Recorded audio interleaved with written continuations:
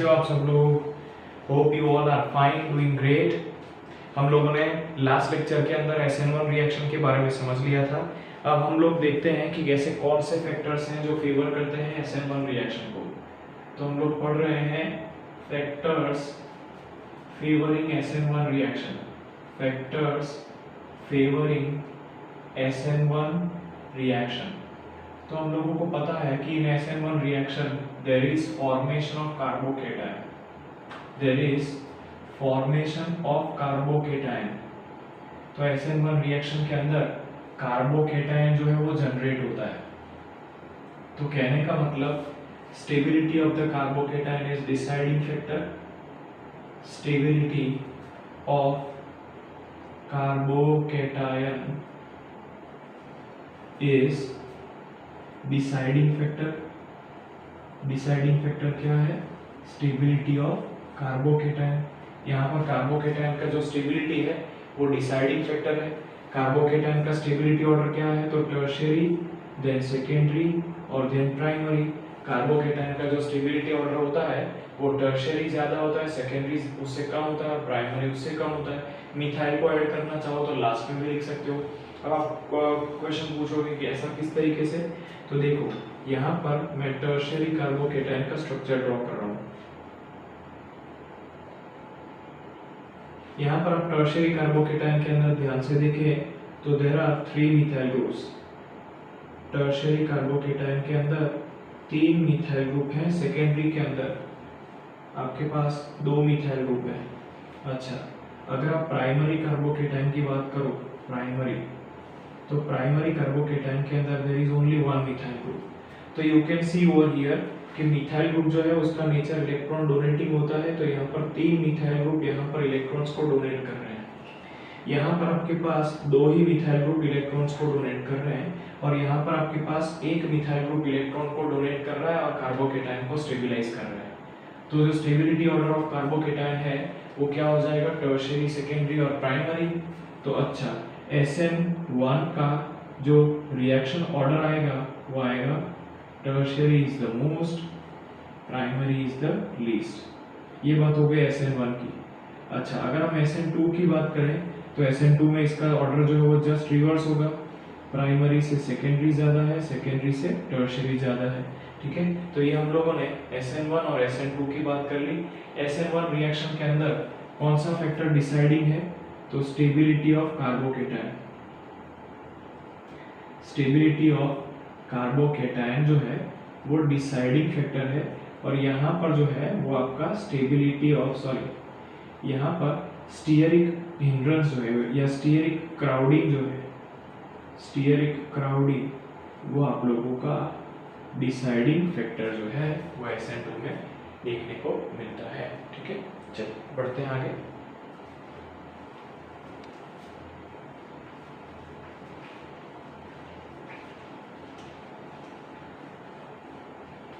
अब हम लोगों को एक इंपॉर्टेंट क्वेश्चन समझना है, वो ये है कि why benzylic and allylic, why benzylic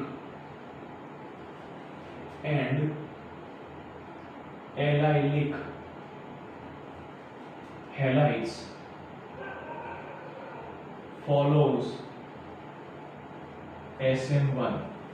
वो SN1 को फॉलो क्यों करते हैं? तो चलो समझते हैं। पहले एलाइलिक हैलाइड की बात करते हैं। तो यहाँ पर आपको पता है कि ये जो है वो आपका एलाइलिक हैलाइड है।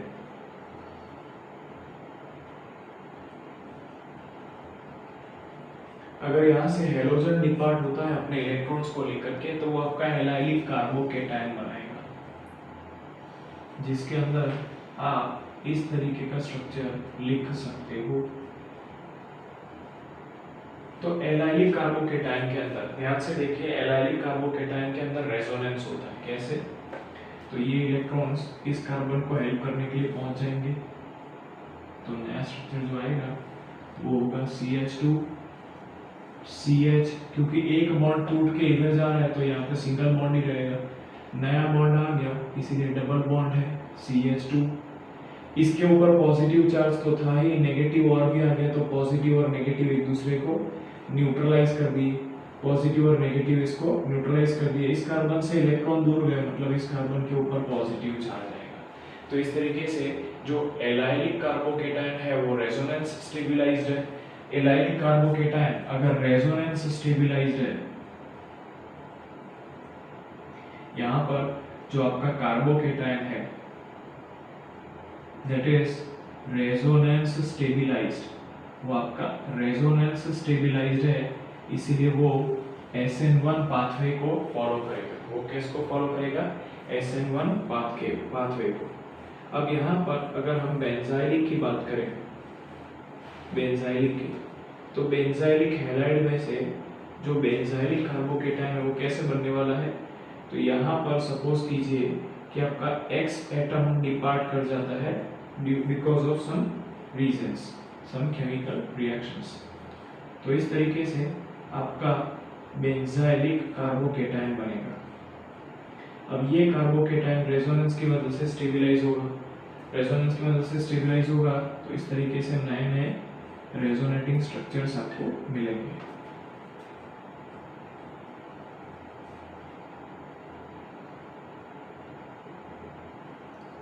इस कार्बन से इलेक्ट्रॉन्स दूर गए हैं तो पॉजिटिव चार्ज आएगा यहाँ पर इस तरीके से, ये अब यहाँ पर आएगा।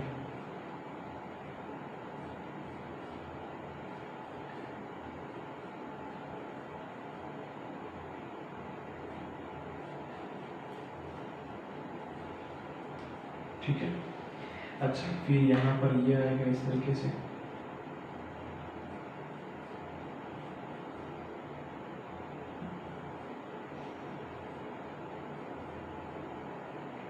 फिर अब यहाँ पर ये आएगा और आपका यही स्ट्रक्चर वापस से मिल जाएगा। तो इस तरीके से यहाँ पर भी जो कार्बोकेटायन है वो रेजोनेंस स्टेबलाइज्ड है, यहाँ पर भी जो कार्बोकेटायन है वो रेजोनेंस स्टेबलाइज्ड है। कहने का मतलब यहाँ पर भी जो रिएक्शन का पाथवे है वो कौन सा होने वाला है? SN1। रिएक्शन का जो पाथवे है वो SN1 होने वाला है। अब हम लोग एक शॉर्ट टेबल की मदद से SN1 और SN2 रिएक्शन का कंपैरिजन समझ लेते हैं। SN1 और SN2 रिएक्शंस का हम लोग कंपैरिजन समझ लेते हैं।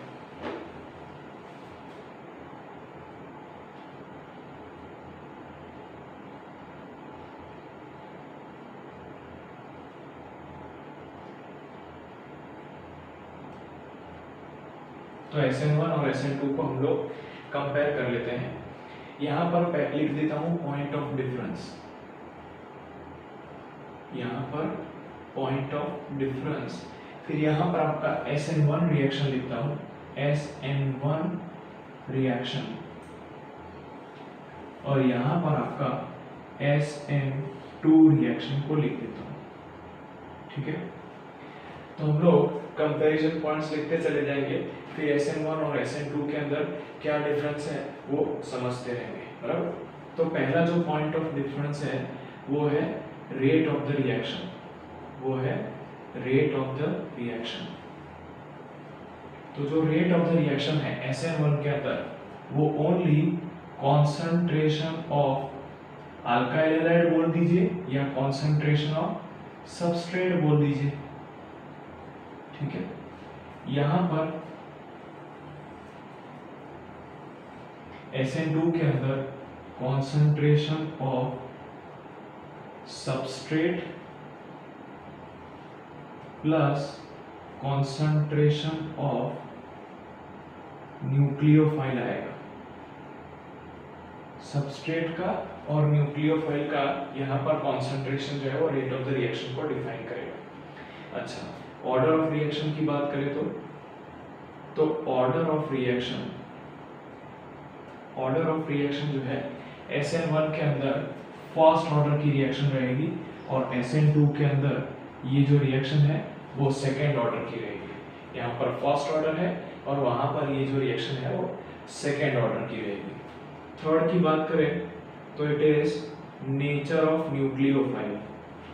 नेचर ऑफ न्यूक्लियोफाइल आप लोग पढ़ चुके हो कि फर्स्ट ऑर्डर के अंदर वीक न्यूक्लियोफाइल ज्यादा इफेक्टिव होते हैं और SN2 के अंदर स्ट्रॉन्ग न्यूक्लियोफाइल जो है वो ज़्यादा इफेक्टिव होते हैं।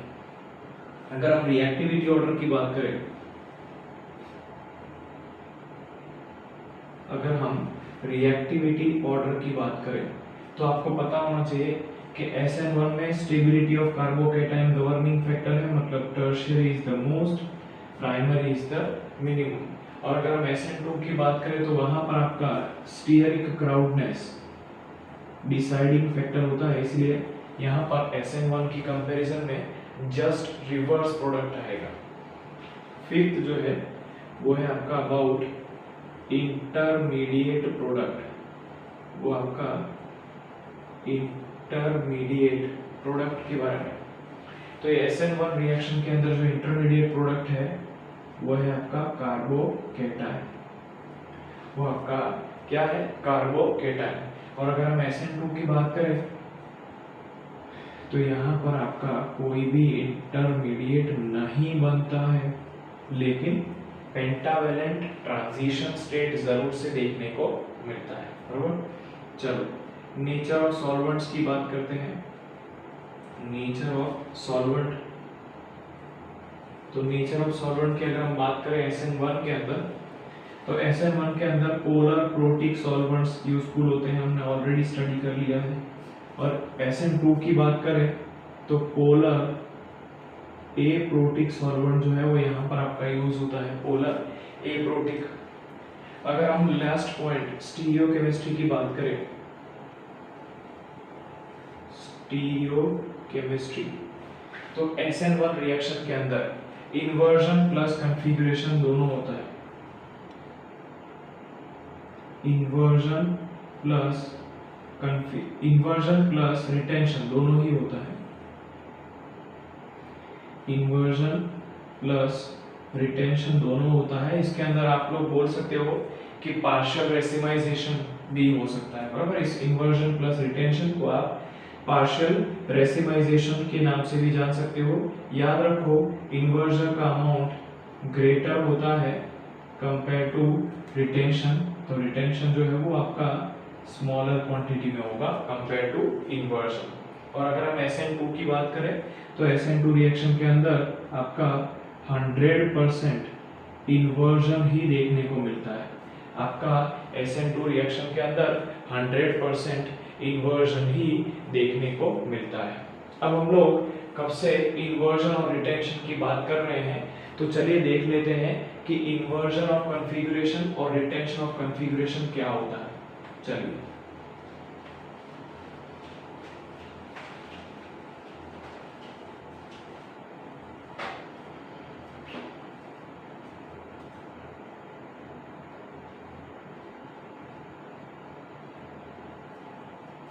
inversion and retention of configuration, retention of configuration। तो भाई रिटेंशन और इन्वर्जन ऑफ कॉन्फ़िगरेशन होता क्या है, तो पहले हम लोग देख लेते हैं रिटेंशन ऑफ कॉन्फ़िगरेशन के बारे में। रिटेंशन ऑफ कॉन्फ़िगरेशन, तो रिटेंशन आप लोगों को समझ में आता है कि यहाँ पर आपका स्ट्रक्चर जो है वो रिटेन होने वाला है, बराबर। रिटेंशन ऑफ कॉन्फ़िगरेशन हम ऐसा समझते हैं कि if attack of nucleophile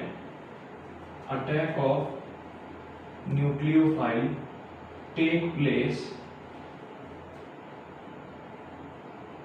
in such a way that, attack of nucleophile कुछ इस तरीके से होता है, such a way that product has same configuration, product has same configuration as that of reactants, as that of reactants, then it is known as retention of configuration।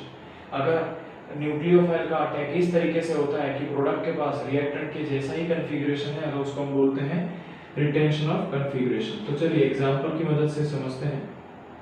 यहाँ पर आपका tertiary butyl bromide जो है वो react कर रहा है OH- के साथ, ठीक है। Tertiary butyl bromide OH minus के साथ रिएक्ट कर रहा है तो क्या होगा CH3 thrice COH plus Br minus. चलो इसको स्टीरियोकेमिकल एस्पेक्ट से लिखते हैं तो आपको रिटेंशन ऑफ कॉन्फ़िगरेशन एकदम क्लियर हो जाएगा। CH3 यहाँ पर CH3 यहाँ पर CH3 और यहाँ पर Br। यहाँ पर हम लोग स्ट्रॉन्ग न्यूक्लियोफाइल ले रहे हैं OH माइनस, तो ये स्ट्रॉन्ग न्यूक्लियोफाइल वीक को रिप्लेस कर देगा आकर के।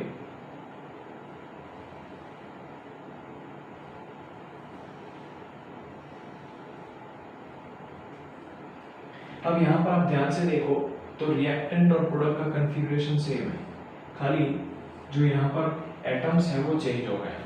तो ऐसी चीज को हम लोग बोलते हैं रिटेंशन ऑफ कॉन्फ़िगरेशन। तो अगर हमने रिटेंशन ऑफ कॉन्फ़िगरेशन समझ लिया है तो इन्वर्जन ऑफ कॉन्फ़िगरेशन समझना भी आसान हो जाएगा कि भाई इन्वर्जन ऑफ कॉन्फ़िगरेशन क्या होता है। तो देखो अटैक ऑफ न्यूक्लियोफाइल इस तरीके से हो कि प्रोडक्ट का कॉन्फ़िगरेशन ऑपोजिट लिखने की जगह पे इन्वर्टेड लिखते हैं, has inverted configuration as part of the reactants. अगर प्रोडक्ट का कॉन्फ़िगरेशन रिएक्टेंट की कंपैरिजन में इन्वर्टेड हो, इन्वर्टेड, तो उसको हम लोग क्या बोल देते हैं इन्वर्जन ऑफ कॉन्फ़िगरेशन। तो इन्वर्जन ऑफ कॉन्फ़िगरेशन में क्या होगा, तो मिथाइल ब्रोमाइड आप ले रहे हो, यहाँ पर OH माइनस ले रहे हो। मिथाइल ब्रोमाइड को आप लोग इस तरीके से लिख सकते हो। OH माइनस को अगर आप अटैक कराओगे तो क्या करेगा, वो Br माइनस को आके रिप्लेस कर लेगा।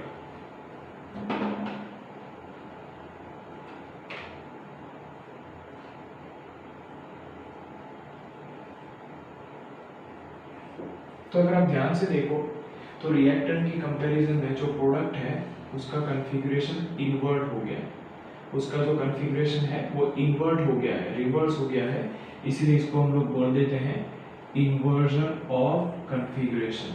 इसको हम लोग क्या बोल देते हैं इन्वर्जन ऑफ कॉन्फ़िगरेशन। यहाँ पर न्यूक्लियोफाइल का अटैक कुछ इस तरीके से हुआ है कि रिएक्टेंट की कंपैरिजन में प्रोडक्ट का जो स्ट्रक्चर है वो इन्वर्टेड है, रिवर्स्ड है। ठीक है, चलिए नेक्स्ट टॉपिक की तरफ बढ़ते हैं जो है आपका एलिमिनेशन। नेक्स्ट टॉपिक जो है दैट इज अबाउट एलिमिनेशन। अब हमको समझना है कि एलिमिनेशन क्या हो जाता है, बरोबर। चलिए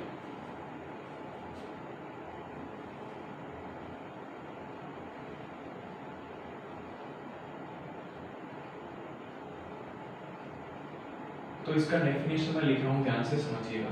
जब हम अल्काइल हैलाइड को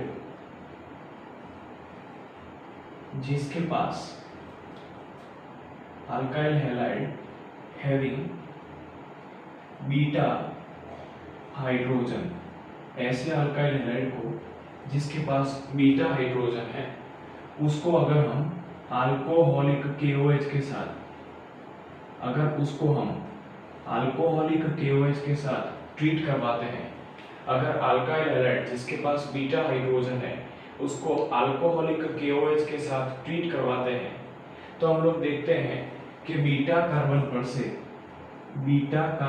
से H एटम जो है वो आउट होता है, H एटम जो है वो आउट होता है और यहाँ पर अल्फा कार्बन पर से X एटम जो है वो आउट होता है। अगर हम इसका रिएक्शन अल्कोहलिक KOH के साथ करवा दें, अल्काइल हैलाइड का रिएक्शन अल्कोहलिक KOH के साथ करवा दें तो बीटा कार्बन पर से हाइड्रोजन एटम आउट होता है और अल्फा कार्बन पर से X एटम आउट होता है।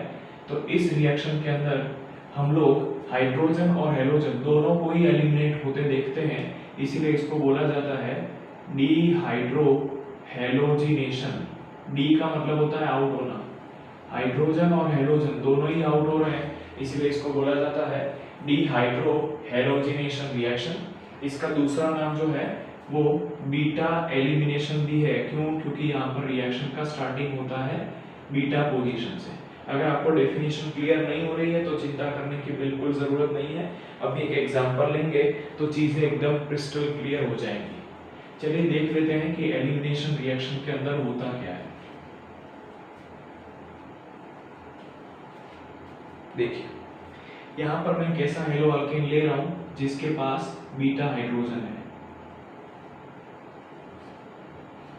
तो सबसे पहले तो आप ऐसा समझ लीजिए कि बीटा हाइड्रोजन और बीटा कार्बन क्या होते हैं।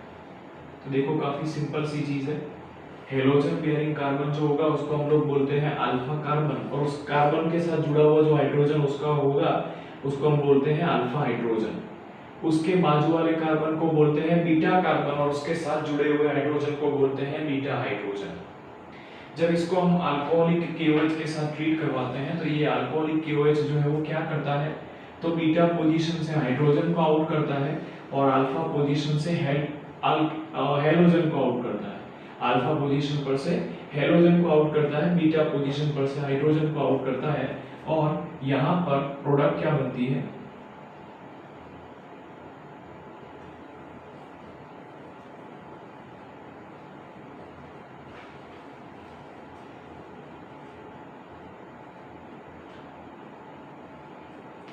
यहाँ पर प्रोडक्ट के फॉर्म में देखिए हाइड्रोजन तो आउट हो गया, हेलोजन आउट हो गया, इस कार्बन कार्बन के बीच में डबल बॉन्ड आएगा, यहाँ पर हाइड्रोजन है, यहाँ पर आपके पास हाइड्रोजन है और यहाँ पर हाइड्रोजन है। कहने का मतलब यहाँ पर अल्कीन बनता है, यहाँ पर आपका क्या बन जाता है, अल्कीन है, और साइड प्रोडक्ट के फॉर्म में KX प्लस H2O होगी, ये K प्लस X माइनस के साथ OH माइनस H प्लस के साथ आउट हो जाता है, बराबर। ऐसा रिएक्शन देखने को मिलता है। अब मैकेनिज्म समझते हैं कि ऐसा होता क्यों है, बराबर। मैकेनिज्म, तो मैकेनिज्म के अंदर हम क्या कर रहे हैं, इसको बेस के साथ ट्रीट करवा रहे हैं, मतलब कि अल्कोहलिक KOH के साथ इसको ट्रीट करवा रहे हैं।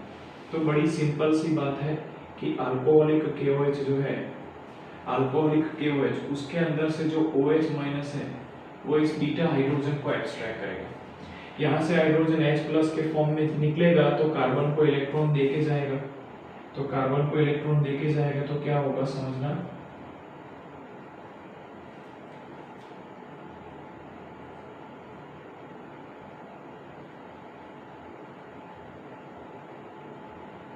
यहाँ पर इस तरीके से कार्बन के ऊपर नेगेटिव चार्ज आ जाएगा, यहाँ पर कार्बन के ऊपर नेगेटिव चार्ज आ जाएगा तो ये क्या करेगा, ये नेगेटिव चार्ज अपने बाजू वाले कार्बन के साथ शेयर करेगा और यहाँ से हाइड्रोजन जो है वो डिपार्ट हो जाएगा।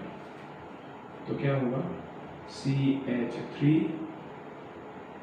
यहाँ पर कार्बन, डबल बॉन्ड कार्बन, यहाँ से हाइड्रोजन, यहाँ से हाइड्रोजन, और यहाँ से आपका हाइड्रोजन। कहने का मतलब इस तरीके से आपका अल्कीन बनेगा, ठीक है, इस तरीके से आपका अल्कीन बनेगा। तो देखो हम लोगों ने देखा कि जब हम अल्काइल हैलाइड को अल्कोहलिक KOH के साथ ट्रीट करते हैं तब हमें अल्कीन मिलता है। अल्कीन कैसे मिलता है उसका रिएक्शन भी हमने समझ लिया। यहाँ पर आपने देखा कि बीटा कार्बन या बीटा हाइड्रोजन एक ही थे। अब अगर एक से ज्यादा बीटा हाइड्रोजन एटम्स अवेलेबल हो और बीटा कार्बन अवेलेबल हो तो यहाँ पर इस रिएक्शन के अंदर कौन कौन से प्रोडक्ट्स बनेंगे वो आपको सेडजेव के रूल की मदद से पता चलते हैं। तो ये जो सेडजेव का रूल है उसको हम लोग नेक्स्ट लेक्चर के अंदर डिस्कस करने का ट्राई करेंगे। तब तक के लिए थैंक यू वेरी मच।